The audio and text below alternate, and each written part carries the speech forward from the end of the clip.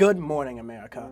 I say that because America seems to be so good at mourning tragedy, so good at celebrating dreams cut too short, so good at grieving lives lost too soon. Everyone's got a way of expressing sadness through prayers, thoughts, hugs.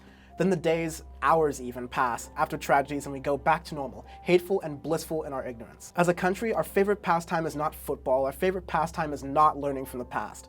At first, after a mass shooting, we wonder how tragedies like this keep happening and keep getting worse.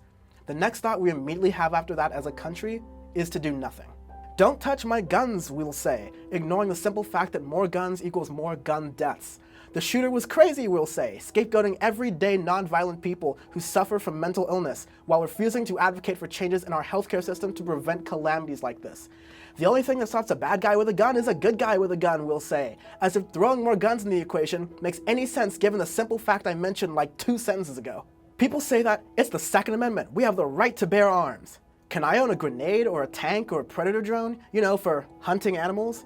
That same Second Amendment that says well-regulated militia, which would disqualify those unregulated anti-government militias, that same Second Amendment that was written when our Constitution allowed for slavery, didn't know how to handle a vacant presidency, and essentially stated that poor people, non-Europeans, and women weren't important enough to vote.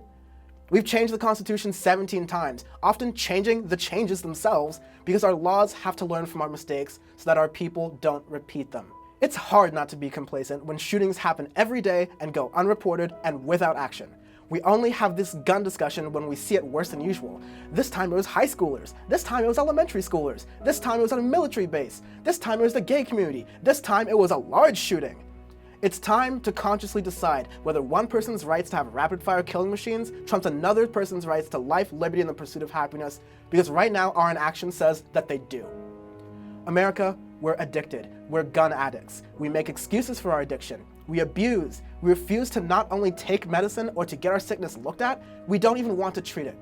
No one can afford to be complacent in the political battle to stop this sort of gun violence from happening.